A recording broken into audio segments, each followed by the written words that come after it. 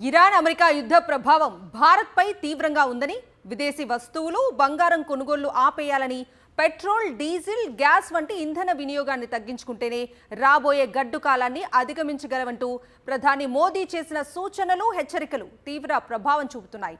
విదేశీ వస్తువులు వద్దు, స్వదేశీయే ముద్దు అంటూ ప్రధాని మోదీ ఎత్తుకున్న పొదుపు రాగంతో దేశీయ మార్కెట్లు కకావికలమవుతున్నాయి. ఇరాన్ యుద్ధ ప్రభావంతో చమురు రేట్లు భారీగా ఎగబాకటం, రూపాయి విలువ పాతాళానికి జారిపోతుండటం, ద్రవ్యోల్బణం సెగలు రేగటంతో ఇప్పటికే దేశీయ స్టాక్ మార్కెట్లలో బేరు బాజా మోగుతోంది.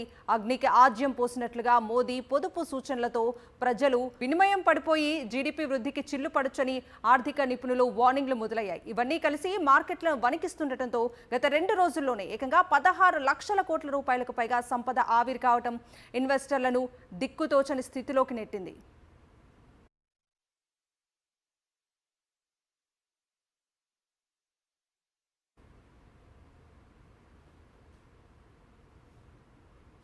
పశ్చిమాసియా యుద్ధం కారణంగా ముడి చమురు, బంగారం, ఎరువులతో సహా అనేక కమోడిటీల ధరలు ఇప్పటికే భారీగా ఎగిశాయి. ప్రధానంగా దిగుమతులపైనే ఆధారపడిన భారత్పై దీని ప్రభావం తీవ్రంగా పడింది. ముడి చమురు రేటు $100లకు పైగా దూసుకెళ్లడంతో దిగుమతుల బిల్లు భారీగా పెరిగిపోతోంది. డాలర్లను అధికంగా వెచ్చించాల్సి రావడంతో మన చేతి చమురు వదులుతోంది.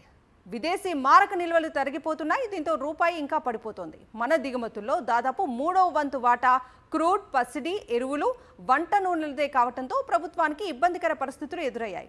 అందుకే మోదీ వీటి కొనుగోళ్లు, వాడకాన్ని తగ్గించేందుకు దాదాపు పొదుపు మంత్రాన్ని జపించారు. ఎకనామీలో నెలకొన్న బలహీనతలకు ఇది అద్దం పడుతోందన్నది నిపుణుల మాట.